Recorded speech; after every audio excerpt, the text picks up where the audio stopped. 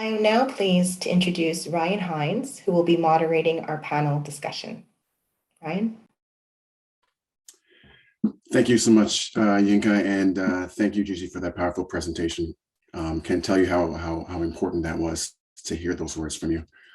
And so my name is Ryan Hinds. I'm the Director of Equity, Diversity, and Inclusion at Dalla School of Public Health, and I'll have the pleasure of moderating today's discussion. So we've got just a phenomenal panel ahead of us that we're all excited to hear really as much as we can from them. So I won't spend too much time doing introductions today. I think we could do that all morning and still not do them justice. So plus, if you're here, you likely know who they are already, and I'm sure everyone's Google skills are exceptional at this point. But one thing I will say is something that I think we know, but it's a good reminder just to sort of set the tone for today's discussion.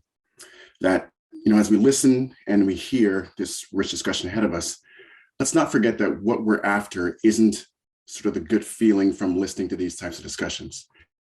Let the discussion not satiate our desire to do and act, right? We sometimes run the risk of missing what these discussions are really meant to do, which is inspire action. So as we listen, let's listen with an ear to action and leverage not just the inspiration, but the instructions that will come from these great panelists. And so without further ado, I want to introduce our first panelist and ask her to join us. Rani Srivastava, ask you to turn your camera on and share some opening words with us. Thank you. Thank you, and good morning, everybody. I'm just going to share my screen. So my task is to talk about diversity, equity, and inclusion in higher education. I am coming to you this morning from my home in beautiful Kamloops, BC, which is the traditional and unceded territory of the Tecumloops the Secwepemc people within Secwepemc Ulu. And I have this amazing opportunity and privilege, really. I've been here for 2 years to live, work, and play. And every morning, the beauty and the healing power of the land continues to astound me and reminds me of the collective responsibility that we have to each other, to the community, and to the land that we live on. My task today is to share a few insights with respect to higher education. My vantage point is that of Dean School of Nursing for the past 2 years here in Kamloops and Thompson Rivers University, but supporting undergraduate, graduate students, and nurse leaders in both formal and informal ways for the past 30 years, being a racialized minority nurse and a leader in healthcare. We know there are many challenges with our system, and we will talk about many here today. There are, however, some causes for optimism and positive stories. And if we can take those stories, the pilot projects, the initiatives, the great ideas, and convert them into some guideposts for sustainable change, that will be our legacy for the next generation and beyond. So given the time and the richness of the panel, I have chosen to focus on 3 key areas that, in my experience, shape the career and impact of health leaders, whether that be in education, practice, research, or policy. Access, experience, and some of the opportunities that exist in mentorship and sponsorship. I am sure these are not new to anyone here. They are worth repeating, however, because there's still a knowing to doing gap. The journey to healthcare leadership starts, or stops for that matter, from the initial education. Although there are opportunities along the way to mitigate, it is harder. I will touch upon each point briefly, and more importantly, highlight some interconnections. And I suspect these themes will resonate in many of our conversations with other panelists. Access. Again, we know that access to healthcare education is not the same for everybody. There are many barriers every step of the way for many of our colleagues. If one starts at the very beginning, which is the entry into a career in the health sector, the good news is that healthcare careers are in high demand. However, the admission processes often privilege the student who has support and networks. If you have to work, look after family, or otherwise navigate adversity, all of these are compromised: your GPA, your references, the extracurricular activities, and the many other things we look for in trying to choose who we believe will make a worthy healthcare professional. In nursing, our undergraduate programs often reflect a diverse student body. However, when it comes to graduate school, it's a very different story. Access is further influenced by the undergraduate experience. Did you get the experiences, the marks, and the accolades you deserved? Or did you have to navigate both conscious and unconscious bias from peers, faculty, and the clinical preceptors that compromise that? What did that do to your desire for and a decent shot at further education, for a career as a healthcare leader, for even an aspiration as a healthcare leader? The good news is that with the right supports, we can start to change that. But we have to do more than just support people. We have to examine our criteria and processes and recognize the barriers that exist within our system and the strengths that are currently invisible in many of our candidates. When it comes to experience, and I've started to allude to that already, we forget that we are part of the healthcare system, and it's the caring that often gets missed. I'd like to just share a brief story. Many years ago, I was engaged in a project that included conversations with a group of students on culture, race, and relationships. The group of 11 students was diverse, and we met monthly. It took a couple of months to develop trust, and in our third or fourth gathering, students started to share more of their experiences.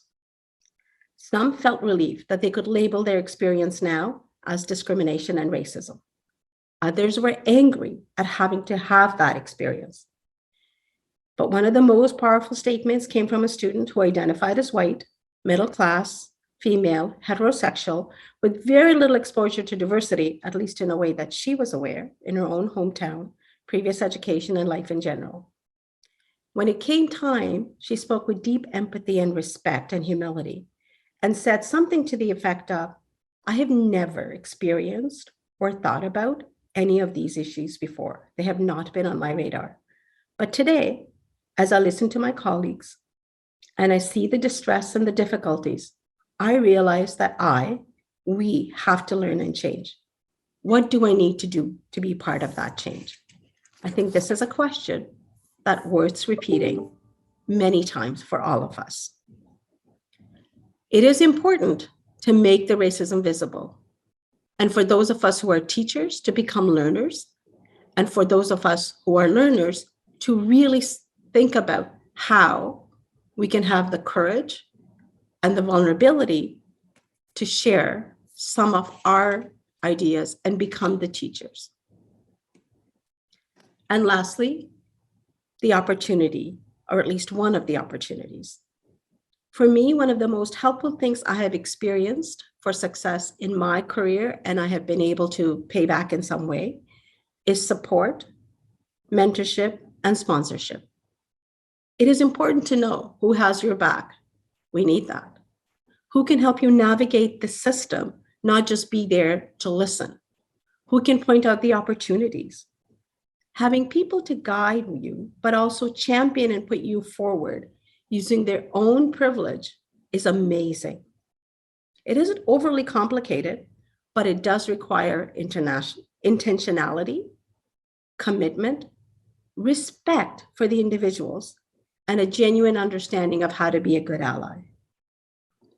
For me, the commitment to change is personal, professional, at an organizational level, and as you're starting to hear the theme, at a systemic level. The key things I've highlighted that involves is the unlearning and the commitment to action. And with that, I will stop and say thank you. Merci, shukriya, mikvaj, kuksham. Thank you so much, Rani, for bringing sort of the academic lens to it. I think that's really important. And you've said some things there that we're definitely going to come back to within that discussion. So thank you again. I want to take the opportunity now to introduce our second panelist, Angela Robertson. Angela, over to you.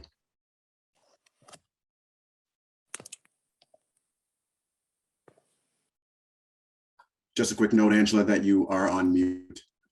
Of course. Why would that not be? Why would that not be? At least once a day.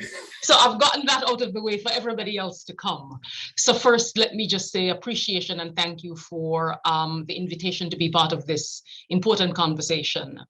And as well, that it goes without saying that this is happening in the context of Black History Month, and that we're also marking the 7th year of the United Nations General Assembly proclaimed decade of International Decade for People of African Descent, 2015 to 2024. And that with that, it is important for me to locate myself as an immigrant in this country from ancestors who came to the Caribbean and to these Americas through the transatlantic slave trade as stolen people to this stolen land. And that this fact over 500 years later remains true and thus compels me to be in solidarity with Indigenous people's fight for land, rights, and sovereignty. That we also mark this Black History Month, I am also compelled to remind us, as stated by activist, author, scholar, and African-American James Baldwin, when he states that history is not the past, it is the present. We carry our history with us. We are our history. This quote, I believe, spotlights the fact that when we seek to address racism, we cannot use refrain that this is the past, that history, this is not relevant today, but that we must do, everything we do must be rooted continually in awareness of how the past impacts the present and how the things we call history historically continues to manifest themselves in our everyday. And you heard that most starkly from Dr. Osler. I have framed the title of my opening remarks here, Enough is Enough. It is our moral imperative to act in advancing equity.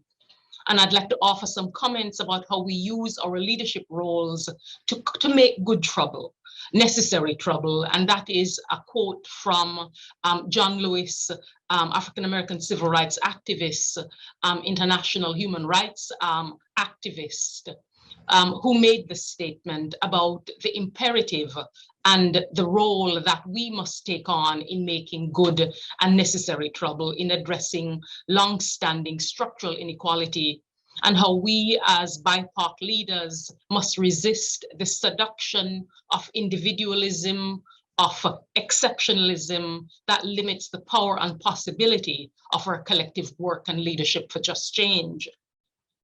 Since the pandemic was declared, we have also witnessed other injustices that left us alarmed, but also with a zeal for change. In 2020, as Dr. Osler reminded us, we witnessed the murder of George Floyd by a police officer and the worldwide resistance of the Black Lives Matter movement that rose up in response. We saw the deaths in this country of Black and Indigenous people during police quote-unquote wellness checks, and while accessing services in our healthcare institutions. And Dr. Osler called the name of Joyce Echequan, a mom of 27 who died leaving 7 children in September 2020, and who recorded the horrific experience of her racist treatment in our Canadian healthcare institutions, our places supposedly of care and health. And that these past months we see and continue to see the discovery of hundreds of grave sites of Indigenous children on the grounds of former so-called residential schools. And not so long ago, we also saw the horrific terrorist attack that took the lives of 4 family members and orphaned a 9-year-old boy in London, Ontario. And this is the horrific Islamophobic attack. And we currently are seeing the so-called quote-unquote freedom convoys displaying symbols of hate and talking about returning Canada to that pre-pandemic normal. The state of normal for the folks I prioritize in my remarks pre-pandemic and during this pandemic held and continues to hold the sites of deep structural and systemic inequality. And we do not wish for the return to this normal. What we wish for is a space where there can be address and redress to those sites of inequalities. Remember again that history is not past, but very present, and it is our responsibility as leaders and workers in healthcare to act. We have talked, we have deliberated, we have debated the presence of racism long enough. So what must we do? I do not confess to having the definitive word on what we must do, but I do have some ideas that I will throw out to us, and maybe we can take that up in the question and answer component. In COVID-19 response and recovery, I believe we must identify population-specific initiatives that address the health, access, and barriers faced by Black, Indigenous, and people of color populations. This means implementing population-specific efforts to address the needs of many who have been historically and who have experienced historical and contemporary experiences of discrimination that has given rise to vaccine mistrust and hesitancy. In this pandemic, I have sat at many leadership planning tables and have heard leaders suggest that we cannot do this, and what we cannot do because it will take too much time, that integrating equity strategies make the system inefficient and protract timelines when urgent action is needed, that we should start with the general population first, white people, and then we must do equity later. And that we also need to be reasonable because we cannot boil the ocean in a crisis. I dare to suggest that addressing inequality must be simultaneously to the main agenda and the main strategies, if all that we do. And it cannot continue to be sequential. It must be embedded in our priority strategies. It must be the priority in our recovery efforts.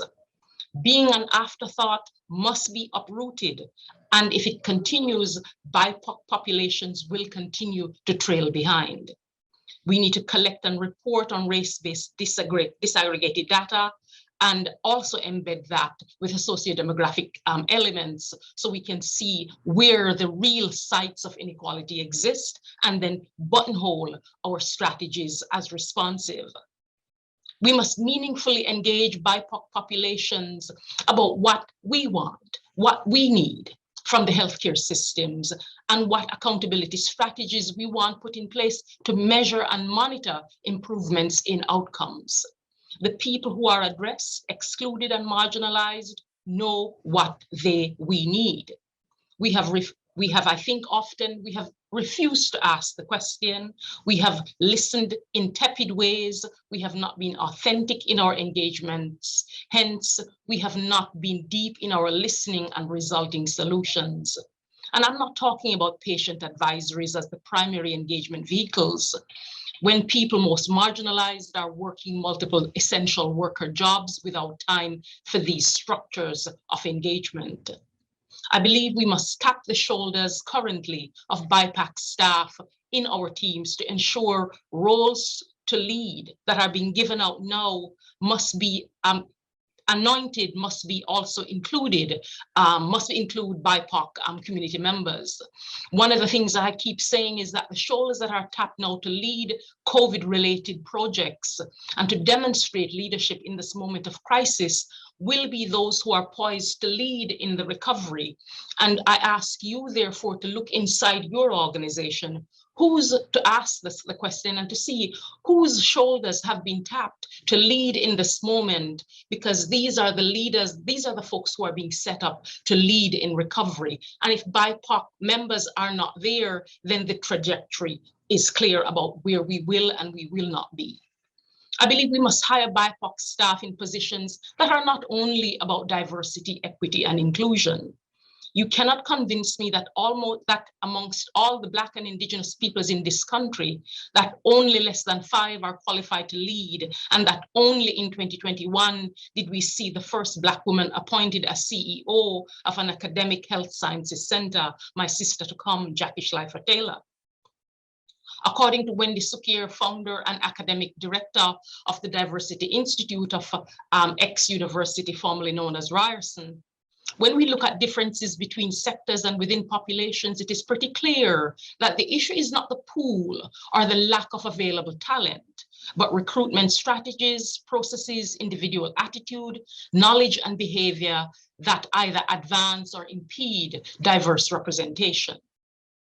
I have a cautionary note for leaders in this room, in that BIPOC leaders who hire other BIPOC members to their teams are often accused or whispered about as practicing nepotism, often forced to publicly defend their hiring decisions to staff, boards, and networks, and additionally carry the weight of shielding their BIPOC staff who they have hired of the accusing gaze that question their knowledge and qualification.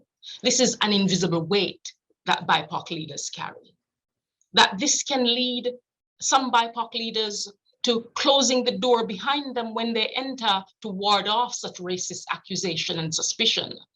And others can also revel in being the only one and the affirmation by white institutions and networks as being exceptional and or so different from the others that the door is not open to let others in.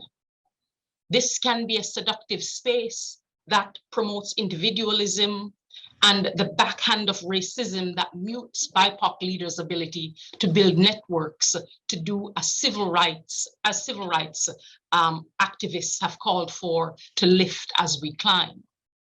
We need actions to address systemic discrimination and racism, particularly anti-Black and anti-Indigenous racism that is often embedded in the micro and macro levels in our organizations. And as leaders, I believe it is our responsibility to make risk and to take risks to make change. Let no moment before that we need to ask ourselves and use our own location to make good trouble necessary trouble. I would say to you finally that we need a provincial Black Health Action Plan to light a path forward. And there are a few of us in this room who are seeking to do that. I end with a quote again from James Baldwin. I think it's a poignant reminder about actions for change. And he states, and I echo in this moment, he asks, "You've always told me it takes time. It has taken my father's time. It has taken my mother's time. It has taken my uncle's time, my brother's time, my sister's time. How much more time do you want for our progress and for your progress?" Thank you deeply. Thank you so much, Angela. Is anyone else ready to run through a wall? Is it just me? Okay. Thank you so much, Angela. It's powerful as always. And it gets me even more excited to introduce our next panelist, Richard Jock. Richard, if you mind joining us on camera, we would love to hear from you. Thank you so much, Richard. Thank you, and good morning. Next slide, please, when you're ready. I'm Richard Jock. I'm from the Mohawk Nation at Akwesasne, and I'm currently serving as CEO of the First Nations Health Authority in BC, the first province-wide Indigenous program of its type in Canada. I'm calling in from Squamish territory here in West Vancouver in our headquarters. I start with this slide. Others have mentioned the recent revelation of unmarked graves in both Kamloops, and last week in Williams Lake, an additional 93 have been discovered by ground penetrating radar. And I think it's really relevant to the discussion. As I noted last week, that in the Maclean's power list, that this was seen as the #1 person, if you would, or influencer on and in Canadian society. And I think that this is both an opportunity, but also a reminder that this follows on the Royal Commission findings, which took place, the Royal Commission took place over 10 years, a Truth and Reconciliation Commission that really documented the details of residential schools. But it takes really understanding the notion that children have been left in these unmarked graves to really have society begin relating to this powerful impact on Indigenous people. Next slide, please. I would say the other aspect of this is that it also positions us in terms of it being a unique and I would say an important time to address racism. And I would say that the In Plain Sight report that was recently done by Mary Ellen Turpel documented very clearly both individual and systemic racism, and really showed it and documented it in many ways, and also showed that there's less access to the health system, which really clearly reflects this systemic racism. Our partners, the Health Directors Association, have really clearly made the statement that racism is really also a determinant of health, and really is needs to be looked at in those terms if we're really going to look at improving health for Indigenous people. So I would say that more than looking at racism as one element, I do think looking at it differently is really important. The other aspect I would say is that we are partnering right now, we're completing work on health standard on cultural safety and humility for health system organizations, so that not only will we look at racism, but be able to measure how Indigenous racism is dealt with from a systems point of view, but also from the point of view of how racism issues are handled within those systems. So there are 7 domains in that.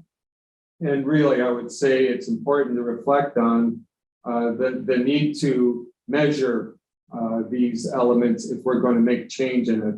And to have these adopted as accreditation standards in BC is the start. And I would say that this is going to be important, that standards like this, if not the same standards, are rolled out across the country. We also participate in national work. So I think this is really the beginning of really some of this key work. Next slide, please.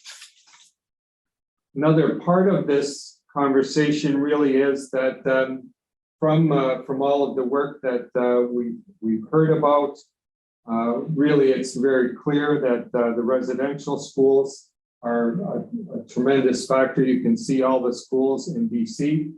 And also we've noted on our map that there were also Indian hospitals that were run, that were also part of really a racist system, and really need to think about that Indigenous people just simply should not be treated the same as every other person if we're expecting to make a difference, that Indigenous people are affected by trauma from not only the residential schools, but also from missing murdered women, day schools, day scholars, and other aspects of trauma. So it's really important that that there be training and development which enables providers to equip themselves in terms of dealing with trauma and dealing with Indigenous people presenting in their institutions.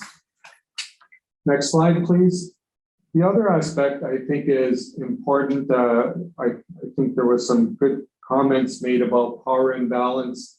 I would say our organization really focuses on partnership as a way to correct some of those power imbalances.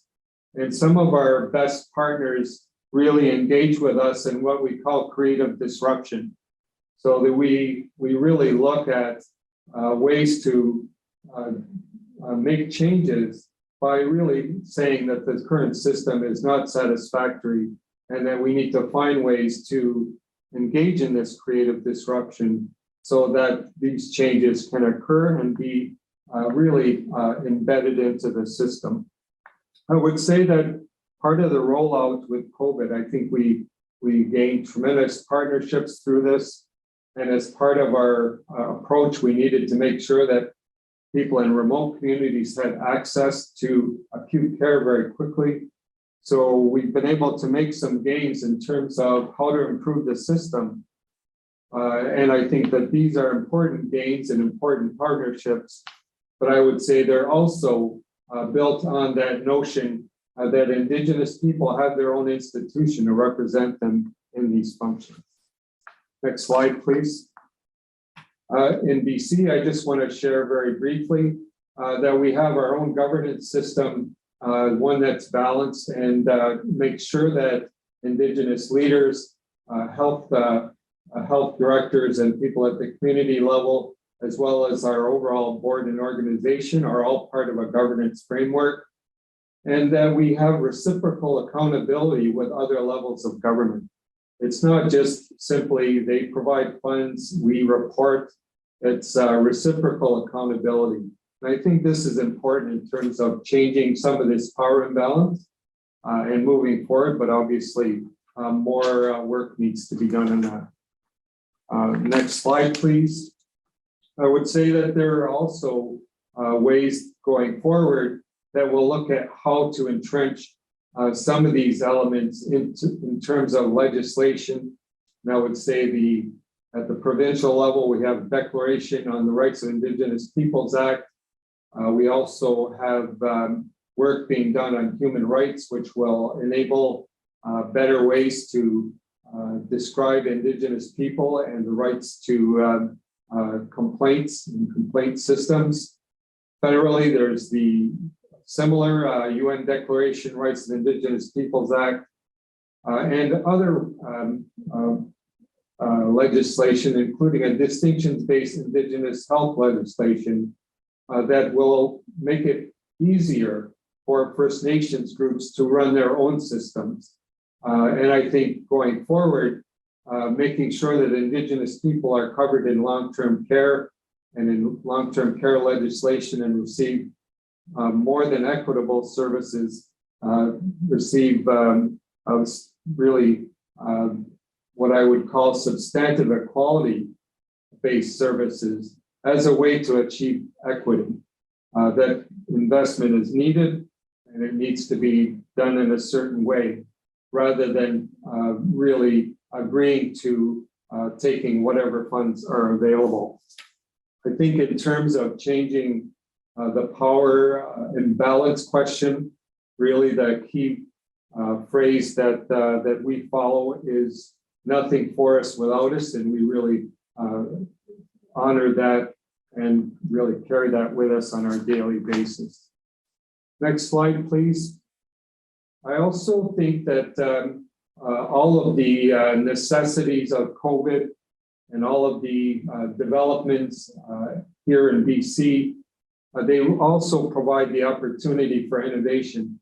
And I think that it's really important to reflect on those opportunities. We've embarked on land-based healing models with the province, where now we have services in about 140 communities, which are taking people back to the land as part of their dealing with trauma and substance abuse. We also have worked really hard to stand up virtual physician care, where previously communities and individuals had no access to primary care, and recently stood up a virtual substance abuse and psychiatry service, again, which is leading to greater levels of services that have been so clearly documented in the past. And I believe that technology and working together, the approach to substantive equality really should be an opportunity to leapfrog ahead for Indigenous people. And to me, part of that is that Indigenous people have to have their own institutions to really expect significant change and are just doing more of the same, to me, is the definition of insanity. So to me, to do things different is important, and that we take advantage of those opportunities going forward. So just want to conclude by saying that right now in most jurisdictions, First Nations people are about 20 years behind the rest of the population, and that's not acceptable. Let's find ways to make that progress, make those leapfrog steps forward. Thank you. Thank you so much, Richard. We appreciate you sharing and expanding a bit on some of the issues, but also some of the successes, and then some of the places where we still need to go. And we'll definitely come back to that within the panel discussion. So thank you again. I want to invite now Jackie Schleifer Taylor to join us and share a few words. Jackie, over to you. Thank you very much, Ryan. And I just want to say that I'm honored and emotional in joining this panel today. And I think a lot about stolen people brought to these stolen lands. And I think, yes, Angela, it's very important that we make good and necessary trouble. In my remarks, I'd just like to talk a little bit about my experience in the hopes that it will give context to the 4 key levers of change that I've committed to and my organization is committed to going forward to address systemic racism and health inequities. I wanted to just say that I know that everyone has a personal reason for entering healthcare, and certainly mine was not to be the first Black woman to lead an academic hospital. We all have our reasons. I certainly had mine, which was my motivation to change the healthcare system and address the very things we're talking about today. So I want to just share with you that in 1988, when I entered, my physical therapy program, I was the only person in that program that looked like me. And right up until probably very early 2000s, and as I progressed in my own leadership trajectory, I saw less and less people over time who sat at the tables that I have the privilege of sitting at now.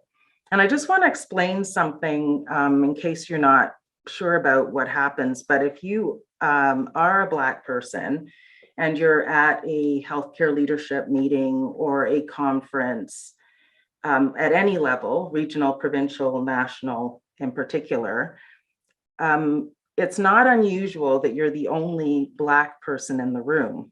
But should you be fortunate to see one other Black leader in the room, there's one of 3 things that can happen in that circumstance.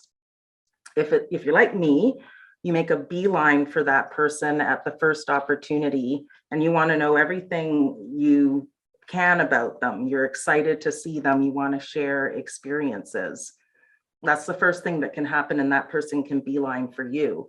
The second thing that could happen is, as I'm making my beeline, I note and give that subtle Black person nod that Black people know, and it says, "I see you."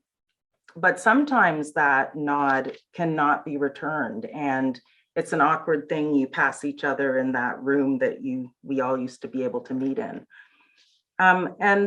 But more often than not, that person who didn't return the nod and the receptivity is actually someone who seeks me out after the meeting or quietly at the coffee break when we used to be able to be in the same spaces, and will whisper that thing I wanted to openly share in the greeting. And I've thought a lot about why that happens. And I've thought a lot about the fact that since 1988, when I first entered as a student, change has been slow. And I've never aspired for a leadership role, but I've aspired and acquired an understanding that leadership is the fastest vehicle for change and influence.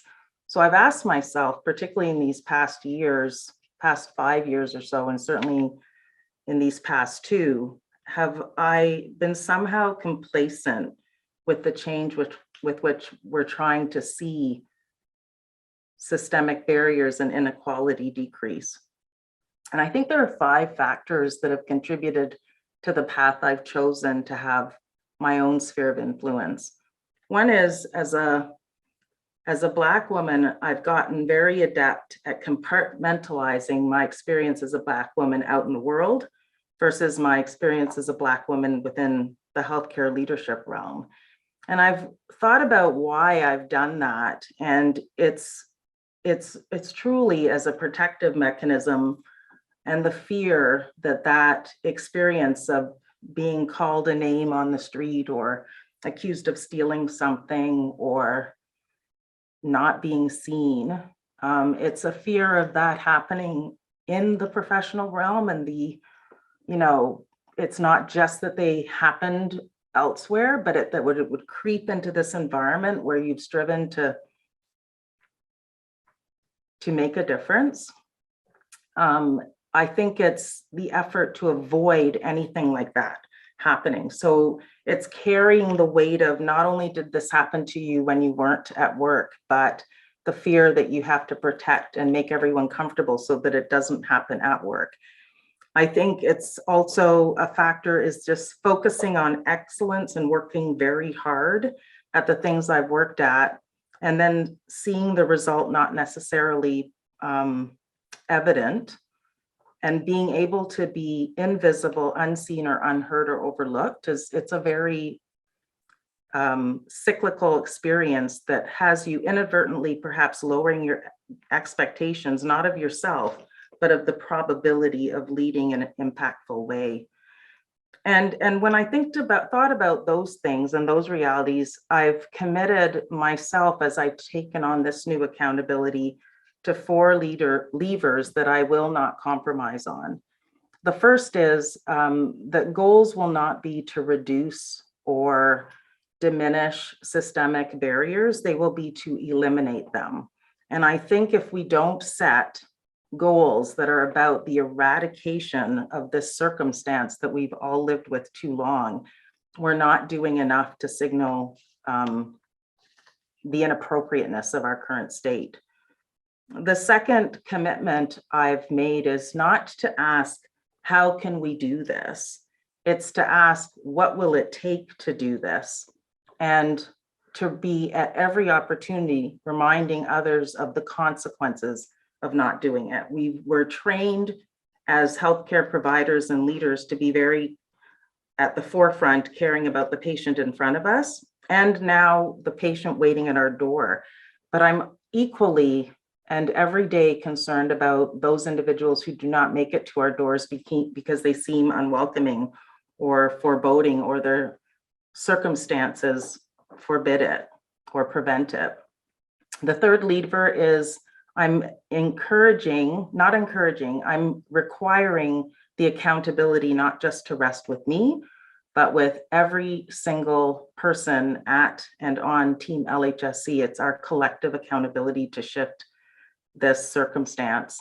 And lastly, this thing I'm doing that seems small in some way, but I've already seen some results, is that I'm normalizing difference. I'm speaking about my own Blackness and my own Black experience, and inviting others to speak about and share their othering experiences.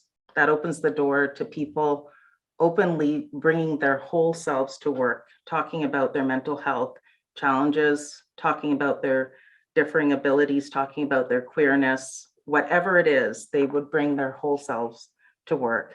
I would just end by saying that there are a lot of things that are hard, but the fifth thing that I've committed to is not perpetuating the belief that this is hard.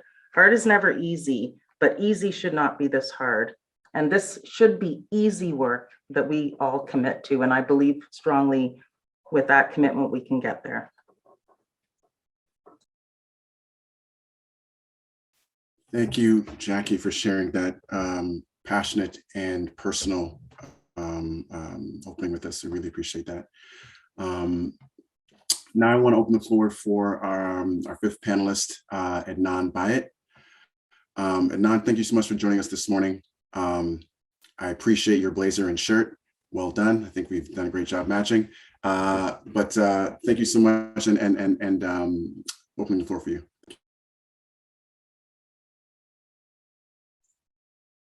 That's great. Thanks so much, Ryan.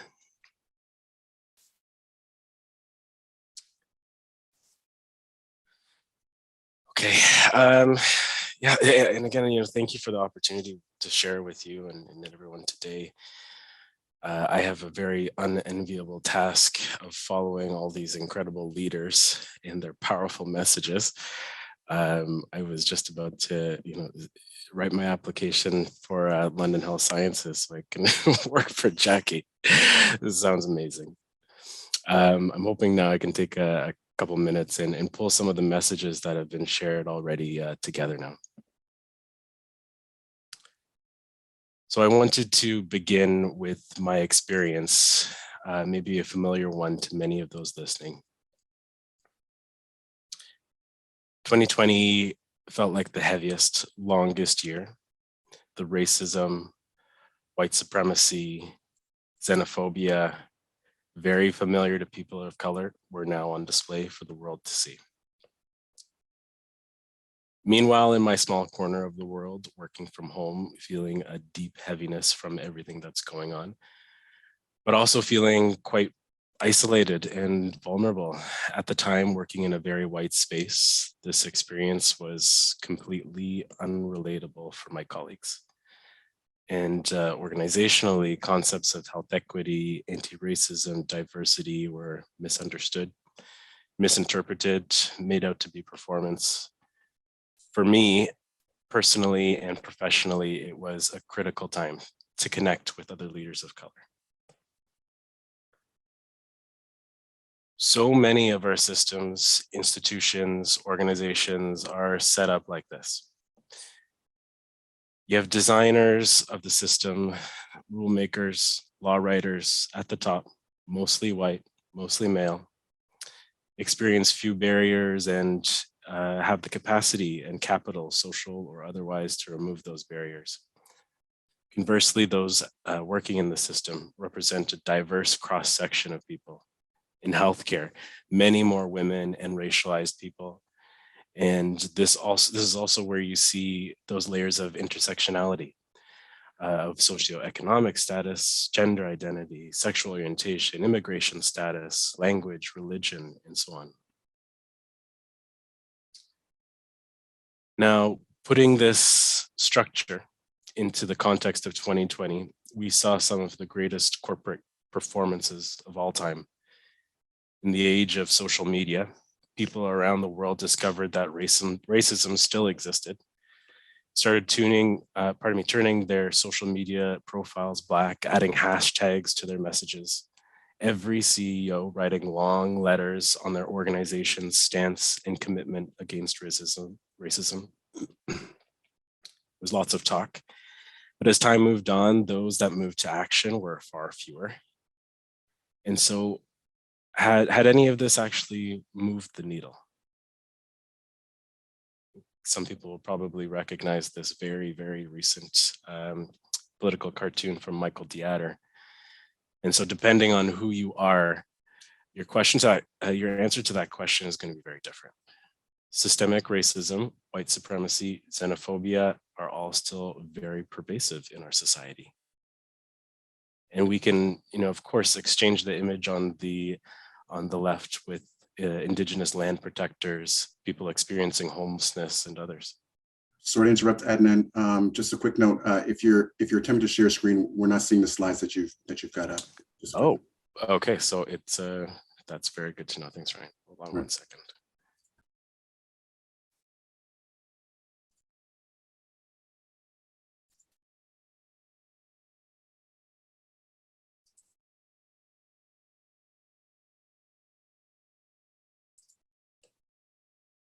How are we doing now? We are good. Thank you.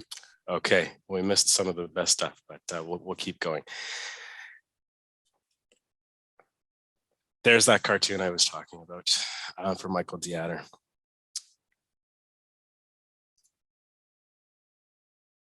Okay, so we'll continue from here.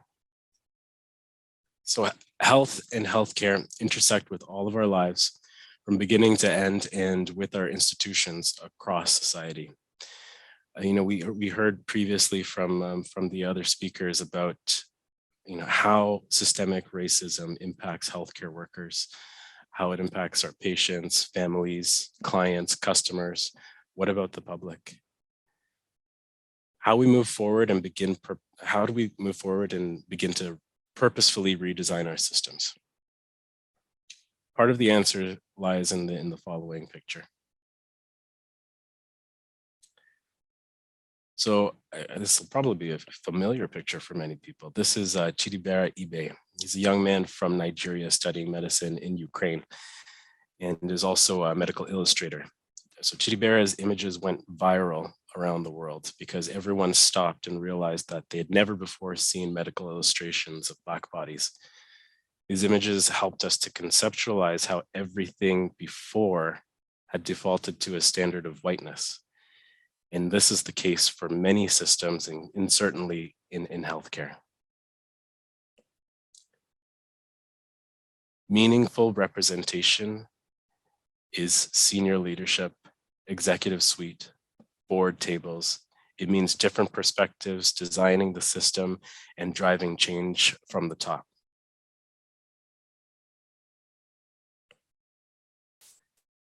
And systemic change requires systemic solutions. There's not going to be one single solution that's going to fix it. Education, training, leadership development, anti-racist policies and practices, all of these things are just pieces of the puzzle. And none of this is new. This is a path that's been blazed by those that have been pushing for, as Angela put it, good trouble for years. The persistence of those that came before, they've been making spaces in the name of equity. It's because of them that we're able to have this conversation here today.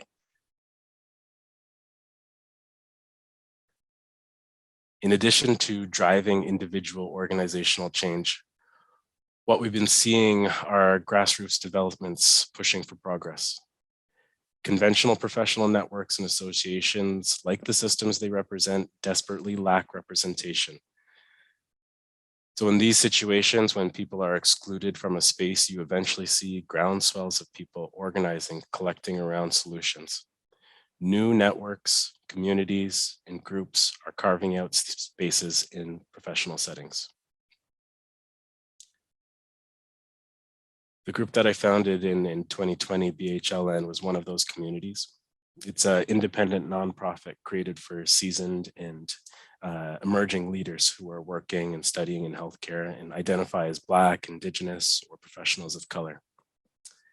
The mission of BHLN is to support healthcare leaders into those senior roles, to be system designers and influencers of change. But more simply, it's a community where there's mutual understanding and respect for each member's own experiences. Curated and protected spaces for frank and honest conversations where keen understanding of systemic racism is really just the baseline for engagement. I want to encourage everyone to find us on the web and on LinkedIn. We're an inclusive community, welcomes everyone, including allies, while always keeping BIPOC members' needs central. Right now, we're also looking for partners and sponsors to grow our impact. So I want to encourage you to reach out and join us. Thank you. Thank you so much, Adnaan, for sharing that an experience I think a lot of us can relate to.